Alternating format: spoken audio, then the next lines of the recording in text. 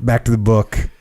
The greater perfection of weapons, the more dreadful becomes modern battle, and discipline becomes more difficult to maintain. Again, that's why it's so awesome when you see the U.S. Marine Corps doing the island hopping campaign and the amount of discipline that it takes to go. When you're dug in and you're in a bunker, you're a Japanese Imperial soldier and you're in a bunker and you have a machine gun and your sights are set on the beach.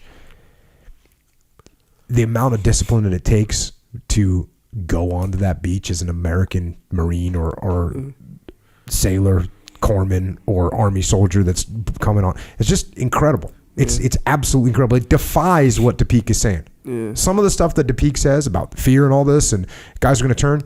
Apparently, he never worked with the U.S. Marine Corps. Apparently, never worked with the 101st Airborne. Those guys, no. I mean, I'm calling out a couple units, but come on. These guys are, it's amazing. It's amazing the amount of heroism and discipline to overcome that spirit of self-preservation. And obviously, tons of special operations guys, and just, it's impressive. It really is. It is very impressive. I was humbled to see that stuff with my own two eyes.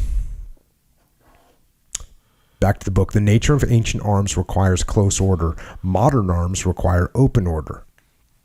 And they are at the same time of such terrible power that against them too often discipline is broken. So imagine this. This is tough because in ancient war, we're all close together. And so it's easier to maintain discipline. But when we all get spread out in modern warfare, it's harder to maintain the discipline. Yeah. Plus nobody's looking to. Yeah. Discipline in battle becomes more necessary as ranks become more open, and the material cohesion of the ranks not giving confidence. It must spring from a knowledge of comrades and a trust in officers who must always be present and seen. So, leaders, you got to be seen. What man today advances with the confidence that rigid discipline and pride in himself gave the Roman soldier, even though the contest is no longer with man, but with fate?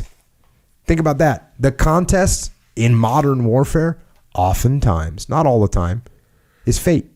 Am I going to step on an IED? Am I going to get hit by a random bullet? Am I going to... There's the war now is much more random. Yeah. It's much more random. Bad luck can cost you your life. Yeah. Good luck can save your life. Good tactics will put more luck on your side. Yeah. Bad tactics will turn luck against you, but there's always luck involved in modern warfare. So that's what you're up against. You're up against fate. Yeah. So, and I'll tell you, like when he talks about this modern warfare of, and even when I talk about like, hey, guys going out in the turret, guys going out on operation after operation in Ramadi. Sometimes, guys would think they're going to die. But a lot of times, like, no, I'm not going to get killed. It's not going to happen. It's like you have sort of a, hey, it's not going to happen. If it does, I won't know it. Check. Let's rock and roll. You know what I mean? It's a different. So I want to make sure that I'm not making it sound like the lead turret gunner is sitting up there going, oh, tonight's the night. Right. He overcomes that. And one of the ways you overcome it is, it's not going to happen to me. Yeah. It's not going to happen to me. We've heard that from some other books. They don't think it's going to happen. You never think it's going to happen to yourself. It's going to happen to that guy. Right. It might happen to the guy next to me. I'm going to be good to go. Yeah. It's like when you're on a plane and you think this plane, if this plane crashes, a big commercial plane, jetliner or whatever, like, I think I'm going to live. Like that's my attitude is like, if this thing crashes, I will live. I will land somewhere and track using my free fall capabilities, and I'll find a pool and I'll track to the pool and then I'll get all spread out in the last minute. I'm going to, I think I'm going to live.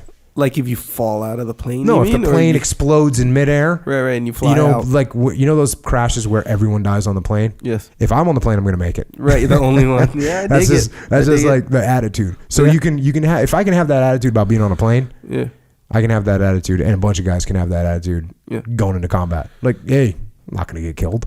Bring it. What do you got? Yeah. They can go. I think that's called availability bias. But I think that goes both ways. It's like, what's the availability? Well, availability means the reason they call it availability is because it's available in your mind, just that thought. It's kind of so basically because that one girl that lived through one of those crashes back in 1975. I'm like, hey, if she could do it, I'm gonna be good to go. I remember. I always hear about that heroic story, even though all the other millions of stories, everybody died. Yeah, like winning the lottery. That's why people buy lottery tickets, even though you'd like. The chance of you dying on the way to buy the lottery ticket is higher than you winning. I'm gonna buy it every time. It's gonna be someone. Might as well be me. Can't win if you don't play. Yeah, so I think a lot of guys have that same attitude as I'm talking about, and I know they do because I talked to them about it, or not, maybe not specifically, but no one's going, I'm really. Now, believe me, we get guys that think they're gonna die every time they go out. You know, got some paranoid brothers that'd be like, man, I don't feel good about this one. I'd be like, you're gonna be okay, buddy. Yeah. No, man, I don't know. What's this? It's like, bro, you're gonna be okay. Even then, they sound pretty hardcore, though. Yeah. Well, the funny thing is, like, one of my most paranoid bros that was always paranoid he was going to die, in fact, I was going to send him home. It was the end of deployment. Yeah. And we had planes, and we had to fill up the planes with guys to go home. Mm-hmm. And one of the other guys, the senior guy, said to me, like, hey, we need to send that guy home. He's really stressed out. And I said, bro, he's not going to go home. Because I know him. Yeah. And like if you say go home, he won't want to go home? Yeah, he's not going to want to go home. This is a guy that would be like, man, we shouldn't be doing this up, man. I got a bad feeling about tonight, man. Yeah. And I'd be, hey, man, it's cool. You're going to be all right. I think you're going to be all right, bro. And then, so this other senior guy comes to me and says, hey, you got to get this guy on a plane. And I go, bro, he's not going to go home. I know him. He's not going home. He's not going to want to go home. Dude, he's freaking out. I go, yeah, this is the way he is. Just his way of dealing with it. And he goes, well, you got to send him home. And I go, I'm not going to send him home because we'll go ask him if he wants to go home. And I go, okay. So, we're going to lunch or something in our little hut. And I go, hey, man, I want to get you on, one of these early planes going home because fuck you. I'm not going anywhere. I was like, cool, man. Walk back. And he's like, what do you say? He told me to fuck off. Okay, cool. Well, I guess we can stay here. But, and you know what? He did 10 more deployments after that deployment. You know what I mean? Yeah. So he's a guy that, like, I don't know. That's just the way he dealt with it. He dealt with it through voicing his nervousness, but he just did it out loud, chain smoking cigarettes, getting after it, and would never, ever want to stay back off an operation no matter what it was. He'd say, if I ever didn't put him on the force list of the guys going out, he'd come to me like, what's your problem? Yeah. Get me on there. Oh, yeah, bro. I never, can't leave him back. Yeah. It's just how, so it probably wasn't the kind where he really did want to go home, but like how you were saying earlier, the culture kind of, I don't know what's inside of his head. Yeah. But definitely part of it is like, hey, I'm not going to be a pussy. I might be talking like I'm scared. Yeah. And like, I don't want to do this. Don't you dare try and send me home, bro. Don't do it. Yeah. Now let me have another cigarette and get after it. Cool. And actually, that guy just retired. One of my awesome brothers. Well, when they say when the guys are like, oh, it's not going to happen to me, right? When about dying and stuff, do you think that they really feel that it's not going to happen to me, or is that a thing that they sort of tell themselves? Well, I can tell you that oftentimes I did not think I could be killed. Yeah. You know what I mean? Like, hey, this is not going to happen, right? Bring it. Yeah. Go ahead. Bring it. And I guess part of that, a little 10% of that was like, hey, if I do get killed, whatever, I'm good to go. It's kind of a good way to die, right? I don't mind that way of dying. Getting killed in combat, right? I'm a Viking with a sword and I want to die with it in my hands. I don't want to die the way I'm going to die now. Now I got to live and do all this stuff. No, I think that's pretty cool too. Yeah, I guess so. But technically, yeah. But so there's a little bit of but I think guys probably fall in that whole spectrum of guys that just didn't think they would get killed, and guys that just said they didn't think they could get killed, and guys that thought they were going to get killed but really didn't think they were going to get killed. They're just, man, you don't know what's going on inside people's head. But what you got to do is pay as much attention to it as you can. Yeah.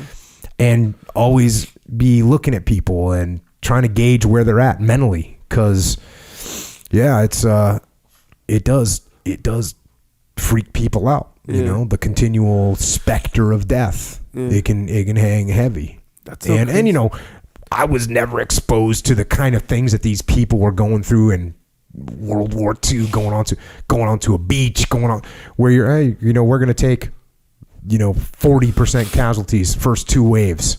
That means you're looking at your buddy like, okay, one of us ain't going to make it. Yeah. Or one of us is at least going to get wounded bad. Yeah.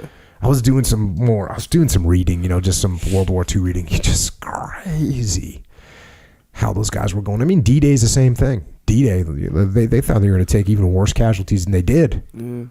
Actually, the first Gulf War, I remember hearing a report on the news. I think it was CNN, because it was CNN, because that was the only cable news I think at the time. They were saying there's going to be 40,000 casualties in the first 48 hours. I was like, oh, it's on. I'm going to get some. And that was literally my attitude, Yeah. And, of course, it was over in 72 hours. Nothing happened. That's why I think that lured us into a false sense of security and arrogance. The second Gulf War, we said, oh, we're going to go into Iraq. Oh, yeah, well, we'll probably be done in 2 or 3 months, or maybe a month. Maybe a month. And guess what? We got up to Baghdad in a couple weeks, a week or two. And boom, we were there. Okay, this is going to be well, guess what? We weren't expecting that insurgency to form, and we didn't do a good job of transitioning the government properly. So we made some. I can't say we made some mistakes. Okay, I can say this: we made mistakes, but you don't know what's going to happen in war, right? We don't know the answers. If we knew what the answers were, well, we would do everything perfectly. You just don't know. It's like playing a football game, right? You don't know what's going to happen. Not only do you not know what the opponent's going to do, you don't know what passes are going to be caught and dropped and what the ref's going to call. There's all these variables that you just cannot know. The only way you can know the outcome of a football game is to play the football game, right? The only way you can know what's going to happen in a war is the war happens. And things are going to happen that you will not expect, ever. And you got to deal with them. And we were a little slow to recognize. But again, we had false sense of security. Hey, we beat these guys last time in 72 hours. Yeah. Okay, we want to take their country, so what's that going to mean? 2 weeks? We should be good to go. You can never do that. You got to be ready for the long haul.